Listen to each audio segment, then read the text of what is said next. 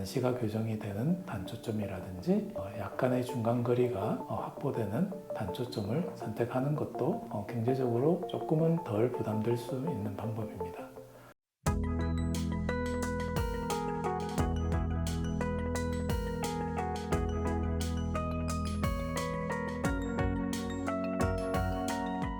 백내장 수술을 고려 중인 분들이 가장 어려워하는 것이 바로 인공수정체를 어떠한 것으로 결정하느냐 하는 문제인데요. 인공수정체의 비용도 20만 원대부터 3,400만 원대까지 다양하고 특징들도 다 다른데, 원장님께서 이러한 인공수정체에 대해 자세한 설명과 수술을 고민 중인 분들이 인공수정체를 선택하는 데 있어서 참고할 만한 팁이 있다면 알려주세요.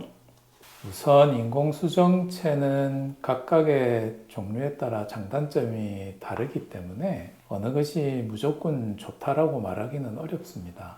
결국에는 비용과 관련된 부분이 환자분한테 느끼는 가장 민감한 부분일 것입니다. 예를 들어 어떤 인공수정체든지 비용이 서로 비슷하다 그러면 아마 많은 분들, 대다수의 분들이 기능이 더 많은 다초점 렌즈를 선택하게 될 겁니다.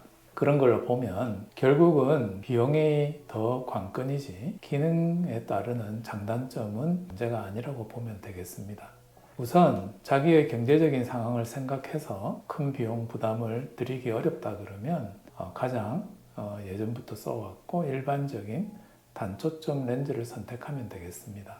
단초점 렌즈는 나름대로 장점이 있는 것이 초점이 하나밖에 없기 때문에 빛의 손실이 가장 적습니다. 어떤 렌즈보다. 따라서 야간의 시력이 덜 떨어지게 되고 빛의 번짐이 덜 하게 됩니다. 그리고 초점이 하나이기 때문에 상도 하나만 맺히기 때문에 상의 선명도가 조금이라도 더 좋을 수 있습니다. 다만 초점이 하나밖에 없기 때문에 멀리를 보든 중간을 보든 가까이를 보든 어느 한 곳에 초점만 맞춰질 뿐이고 나머지 부분들은 보조적인 안경이 필요하게 됩니다. 이런 부분에서 또 생활의 편리성에서 떨어지는 단점은 또 있습니다. 하지만 비용적인 메리트가 크기 때문에 경제적인 부분이 부담되는 분들은 단초점 렌즈를 선택을 하고 거기에 맞춰서 추후에 보조적인 안경을 사용하시면 되겠습니다. 그 외에 단초점이면서도 난시가 교정이 된다든지 중간거리가 어느 정도 확보가 된다든지 하는 단초점도 있습니다.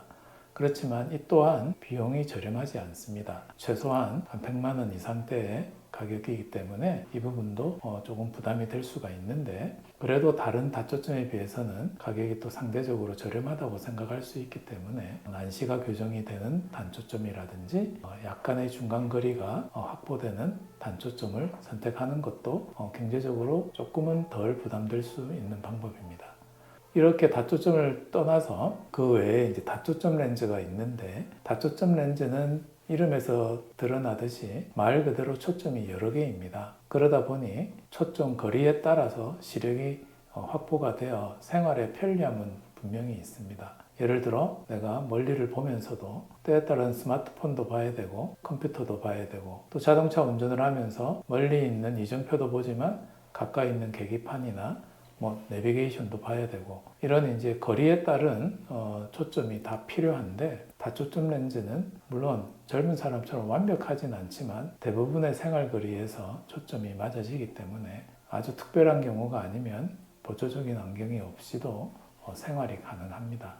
이런 부분에서 분명히 장점이 있는데 가장 큰 단점은 비용이 비싸다는 겁니다. 아무리 저렴한 다초점을 선택한다고 해도 최소 한쪽 눈에 200 이상 들다 보니 경제적인 부담이 느껴지게 됩니다.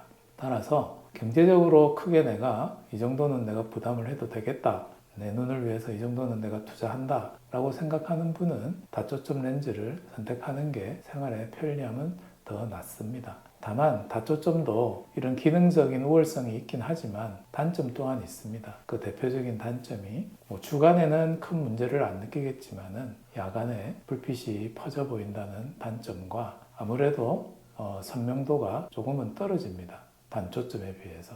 그래서 그런 부분이 초기에는 불편할 수 있는데 초점이 여러 개가 맺히다 보니 필연적으로 나타나는 현상입니다. 하지만 우리의 대뇌는 또 이러한 부분을 필터링하는 기능이 있어서 처음 몇 달은 이런 부분에 불편을 느끼겠지만 6개월 이상 긴 시간이 지나다 보면은 자동적으로 그런 흐린 느낌이나 불 퍼짐 현상들을 상당 부분 해소가 되게 됩니다. 그래서 실생활에서는 나중에는 크게 불편을 안 느낄 수도 있습니다.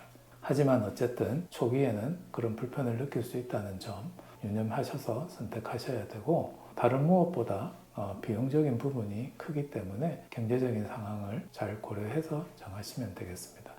이 정도가 인공수정체 각각에 대한 장단점이라고 보시면 되고, 선택은 어느 걸 선택하나 백내장이 있는 상태보다는 낫게 됩니다. 그렇기 때문에 본인의 상황에 맞춰서 잘 선택하면 되겠습니다.